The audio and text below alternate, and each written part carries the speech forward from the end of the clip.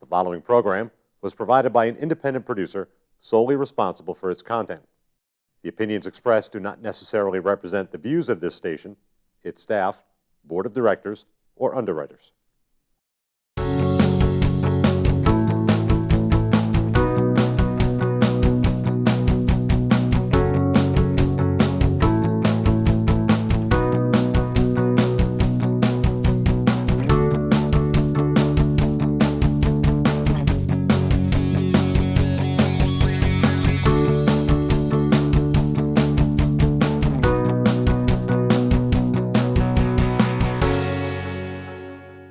Good afternoon. I'd like to welcome you to Living United with Nashua Business.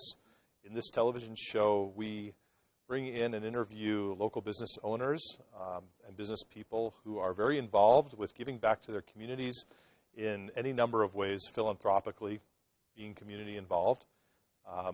That is something which is an important part of being the fabric of Greater Nashua. So today I have with me Kevin Slattery. Kevin is the founder and president of Etchstone Properties.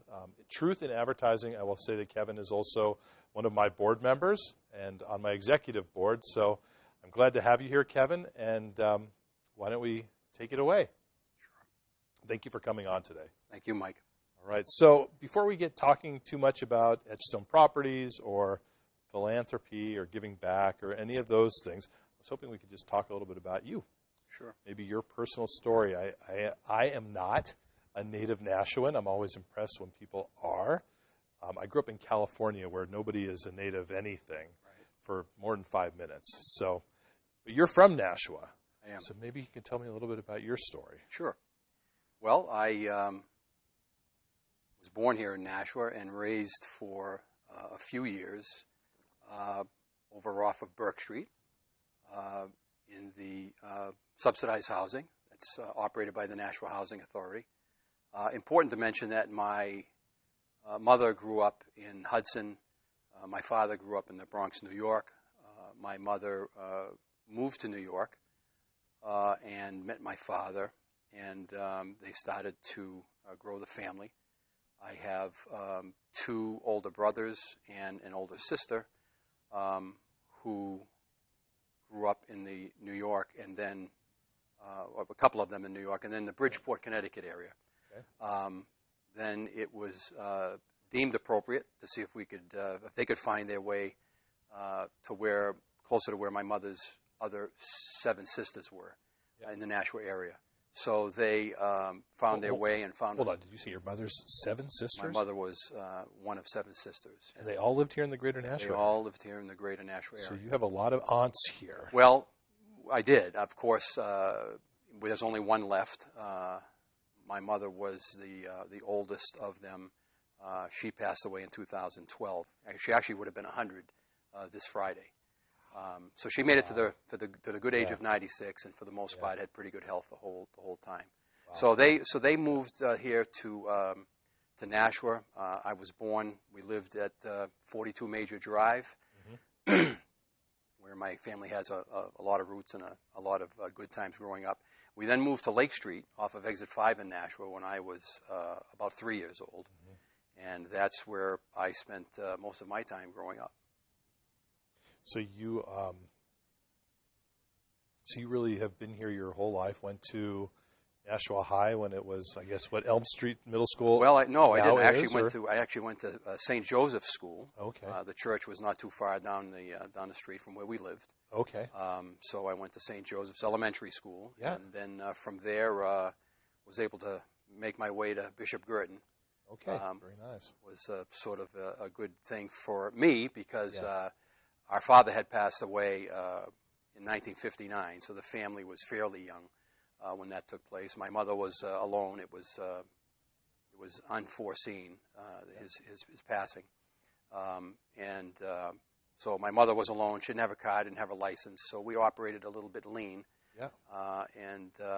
By getting into Bishop Girton, having the brothers have an additional layer of discipline was not a bad thing. I think it's important to mention, and I do want to mention this, it's important that I mention that,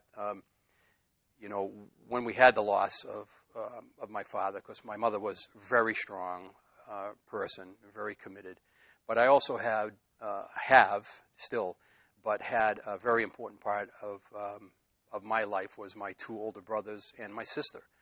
They all played various roles in my upbringing. Being the youngest, I was sort of a drag-along to, I'm sure, each one of them at various times. But they were a huge part in my growing up, and they mean a lot to me today.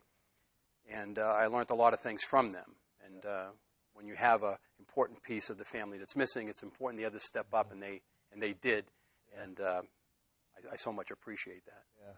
And then, shortly thereafter, as time went on, I think you told me you met your wife in elementary school or well, something like that. I don't know that I met her at the school. She lived 5 houses away from me, so Right. I met her in the neighborhood, really. Yeah.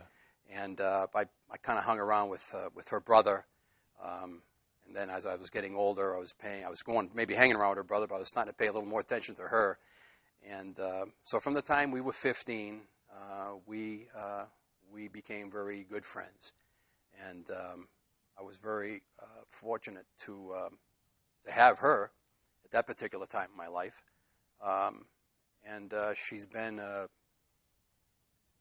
anchor. She's been a rock. She's been everything that anybody could ever. Been very supportive of all that I've ever been able to do. Yeah. She has very little need, but just loaded with support. And I've been very blessed. I just wanted to mention all of those people because they're very they were important to me, but they're even more important to recognize them today because they played such an important role in my life. Well, obviously, family is important, and I know you run a family business. Yes. So I think you started Etchstone Properties in 1982? In 1984. 84? Actually, 1984. So 32 years ago. 32 years ago. And maybe you can tell me a little bit about what I'd got like you to, building buildings. Yeah, I'd like to say it was all part of a business plan, but it was really just a means to be able to keep my wife to stay home and be able to raise our 2 boys. And so I started with one house, and at the time I didn't know the difference between a rafter and a floor joist. And again, you surround yourself with good people. I was able to find some good subcontractors to perform the work. They helped teach me part of the business, and the rest was just making sure that with common sense that you have the right people around you. It's so important even today, of course. Well, I know you're a very modest and reserved person, so you're probably not going to brag about all of the development that you've actually been instrumental in putting in place here in Nashua. But I'd like you to talk a little bit about the scope of the work that you've done with Etchstone Properties, because when I drive around the city, I see your fingerprints in a lot of places. Well, we have been very fortunate to operate in a city like Nashua and a surrounding area. To be honest with you, in 32 years, we haven't had to go any further north than Bedford, New Hampshire, any further east than Litchfield, any further west than Milford, and any further south than Tingsboro and Pepperell. And yet we've stayed very busy for 32 years through the ups and downs in the economy. And, I often will say to people, nothing against the town of Antrim, but if you take this business plan that we've been executing and take it to a much more rural environment, you could have never have done the things that we've been able to do. And part of that is because of our predecessors, Sam Tamposi and Jerry Nash back in the 60s and 70s were bringing all the manufacturing into the city. And, they really set the stage for opportunities for someone like myself to be able to get a small business going and have it survive and do well and service the people we service and provide good housing, which is a responsibility that we have.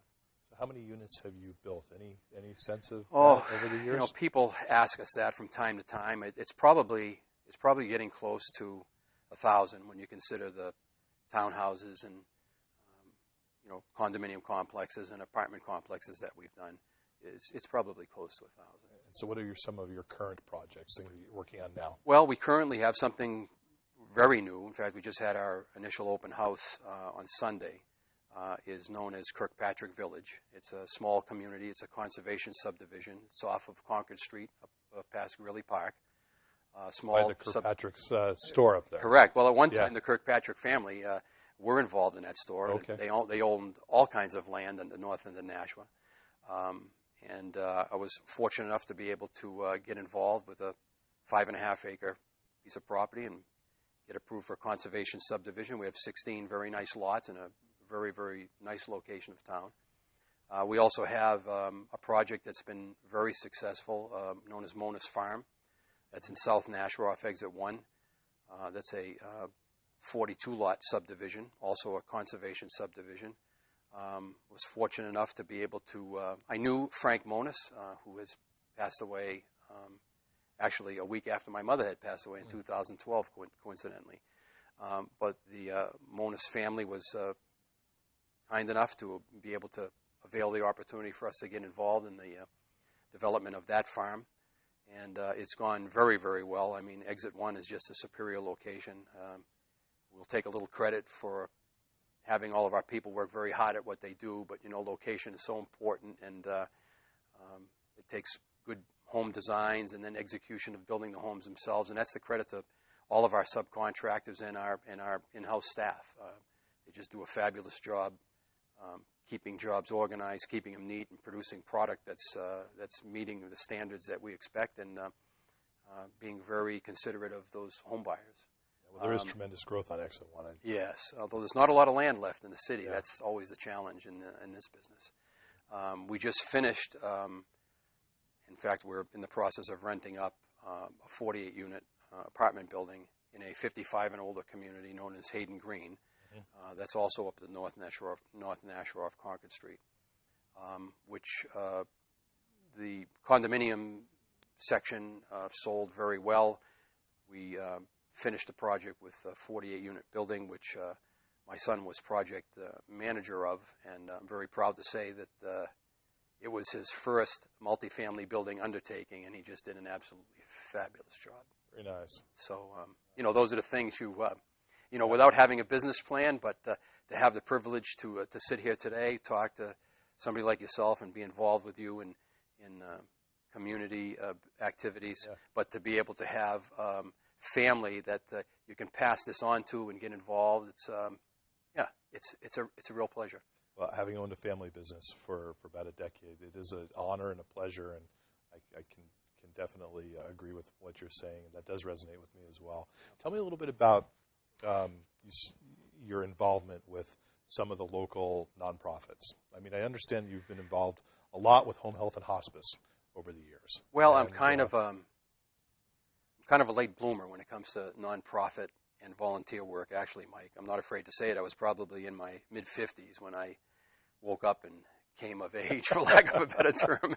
I don't know how many times I rode by the former hospice offices on Prospect Street or United Way on Broad Street, and I was always going to another destination to do whatever I was doing and stay focused on. Well, there's probably a late bloomer or two that are watching this show who are trying to spark a little interest in there too. So yeah, that's fine. Well, I hope so. That's Listen, good. what they say, better late than never. Yeah, sure. But I first became involved with home health hospice in 2006, I believe. And got involved actually with the training that you have to go through, a 13-week process. Met a wonderful gal by the name of Tanya Prather, who I suspect you've met along the way. Oh, actually, I haven't. Haven't? Oh, yeah. She's a very special person. And much like yourself, if you sit and talk to Tanya, you can't not get involved. So I got involved there, and I was working actually with clients as a volunteer after having become certified. And then we were doing the former Oblate Retreat House conversion down in South Hudson, which is now known as Mission Point. Mm-hmm. And there was some signs of interest by the organization to do some outreach to have a couple of programs related to Alzheimer's care and things like that. So at the time, Karen Baranowski was the CEO and president, and she contacted me and asked if I would get on the board. I was a little bit intimidated by that because I didn't know what all that meant, had no experience as a board member. But it was a tremendous time. The 5 or 6 years that I was involved, and I still am involved as a facilities committee attendee, for lack of a better term. I stay in touch with John Getz, who is now the CEO, and fellows from Cityside who are their subcontract property managers, and I really am very supportive and really love what the organization does. They do a tremendous job, as many organizations that we support, as you know, do. Yeah, well, I know from the first time I went up to visit with the folks over at Home Health and Hospice and sit down with John and talk about what they do and the relationship between them and United Way.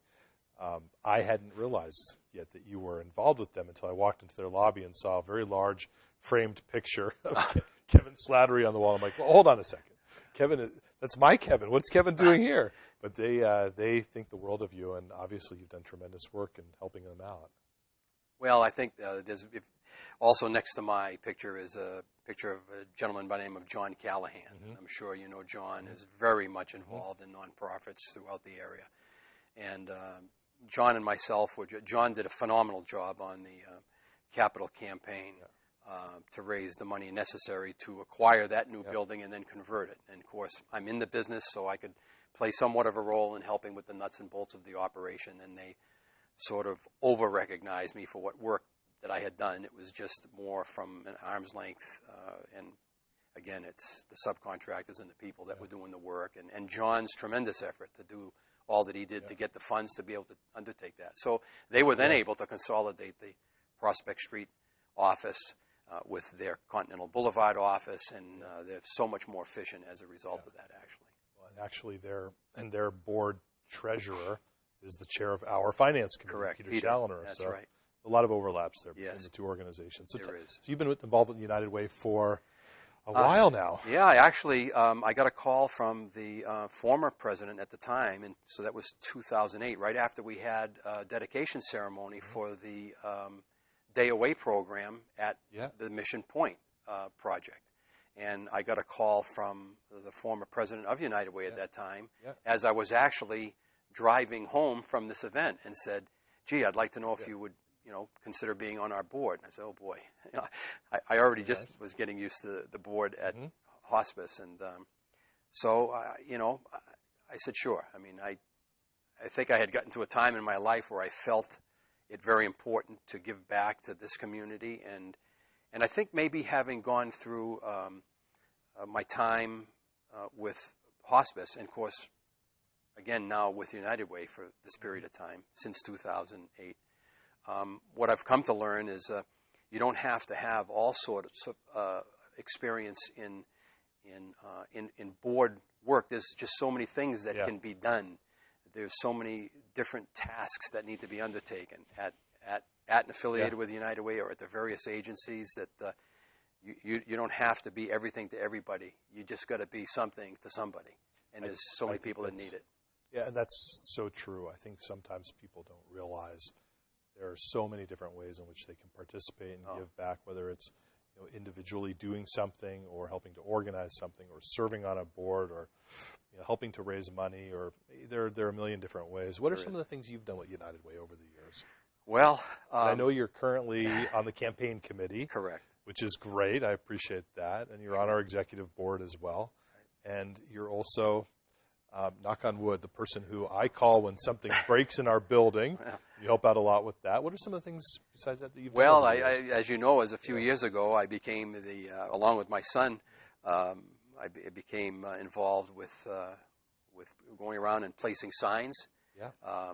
When we shortly after the Day of Caring, and leave them up for that season, and then take them back down, and then store them, and that was something that couldn't be done by the previous organization because they became a little bit too global and being driven by a non-area corporate headquarters. But look, it's just there's just always something to do. A Day of Caring, working in the kitchen, helping clean up. There's something to do. You could probably do something every day, which I don't do, as you know. But so for those people in the audience who don't know what Day of Caring is, maybe from your perspective, maybe you can describe what Day of Caring is as an event. Well, I don't know all the details because Jamie Pappas and Susan do such a fabulous job heading up that effort, as well as many other people, of course. But the Day of Caring, I have played a role as an ambassador out in the field, which is very exciting because, number one, you get a chance to go through the facilities where these organizations operate at, and you get to see just how much they do with so little. And you walk out of these programs and you say, if not for them, then what? What would be happening to these people that are being served? So several years in a row, I was at the children's home up on Amherst Street. And Laurie Wilshire, who's just does a phenomenal job there, does a great job with taking us on the tour. And then you're out and you've got volunteers from many different organizations that participate in the Day of Caring, and you're doing things that never really get done through the course of the year otherwise. Whether it's painting a swing set, or it's painting walls in a room, or it's cleaning some particular thing that needs an annual cleaning. And I really think it inspires all of the volunteers with these different things because, yes, you're getting some gratification out of what you're doing that day, but you're really learning how people function every day with so little. I think that's really the thing that's so important. So it kind of leaves a little bit of a mark on you that inspire you to do more as you look around and be a little more aware when you're driving down the road and being a little more aware of needs that are out there on a daily basis right here in our community. You don't have to go far.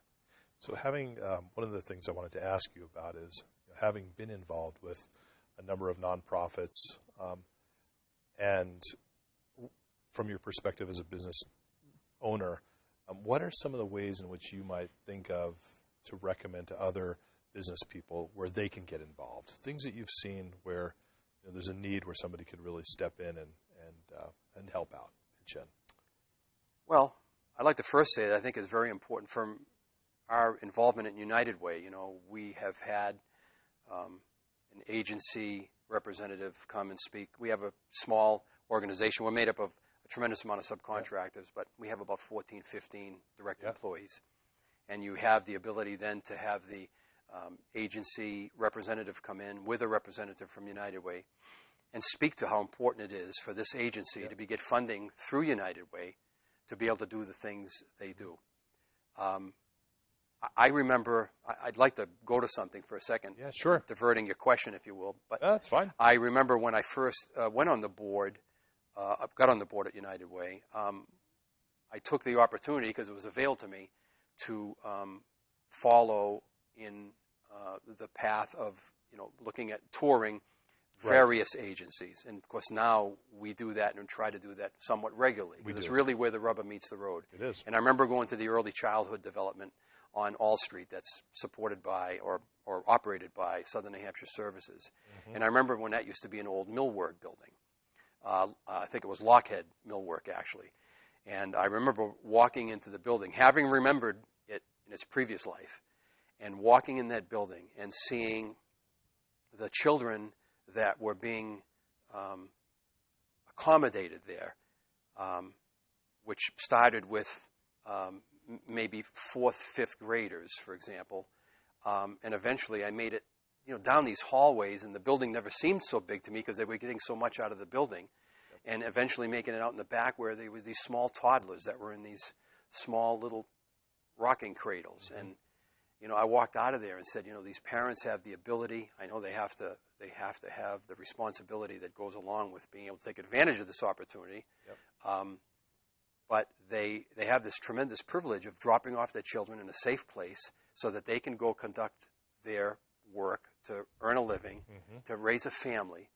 And here was this building that was a former millwork operation, and they were getting so much out of it. And thinking to myself, here I've been in Nashua my whole life, and it was a tremendous awakening.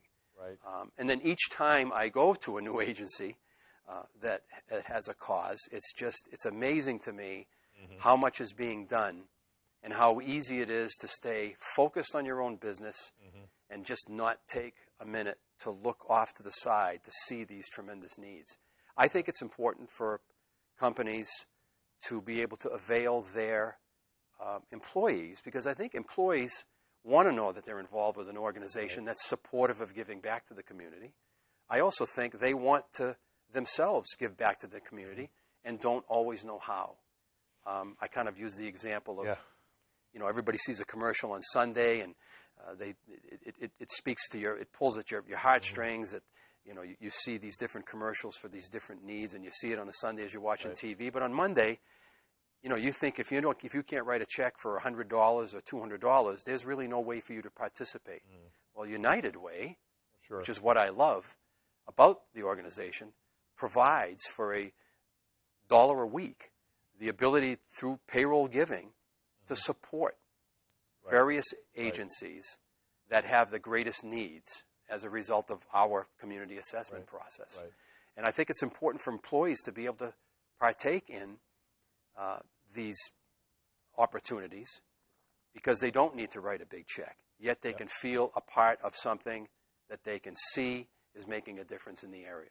I think you're right about that. My first introduction to United Way was also with a company that had a very strong United Way campaign, a Deluxe Corporation, and it felt good for me to be able to participate in something that I knew my employer was behind, that was bigger than myself, and where I knew that I could sort of leverage what little I had that I could participate in with a lot of my other colleagues and the broader community, and it really made a difference, I felt like. Right. So I don't know if I really answered your question, but for other people that may be listening that have their own businesses, I think sometimes, you just everybody has a talent, and you don't have to think that your talents aren't what people need or what they may be looking for.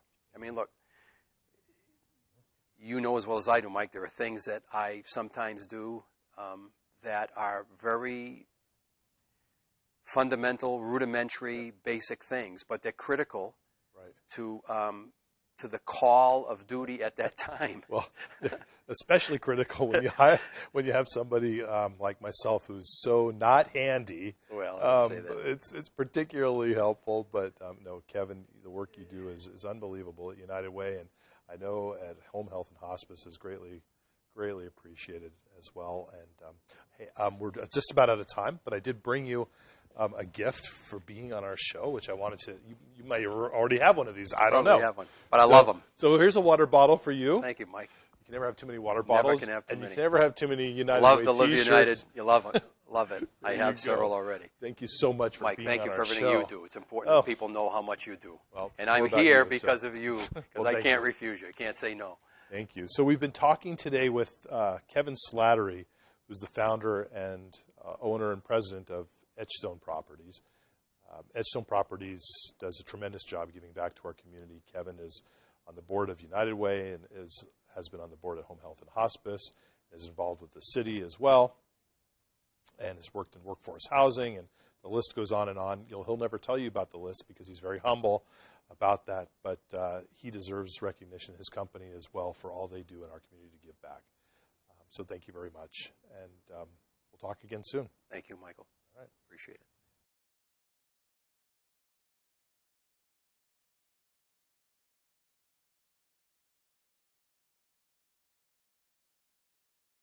The preceding program was provided by an independent producer solely responsible for its content.